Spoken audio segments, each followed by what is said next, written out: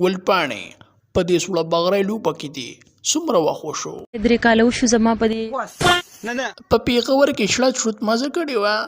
دې ځل خو یې ډېره مزه وکړه.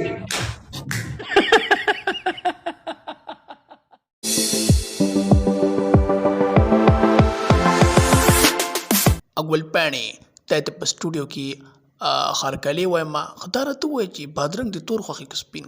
تور سپین. ګل پاڼې دا راته ووایه چې دا تور او سپین بادرنګ دی په کوم وخت کې وخوړو؟ کله چې لویه شم بالغه شم لږه بیا دې سره دا هم وخوړو.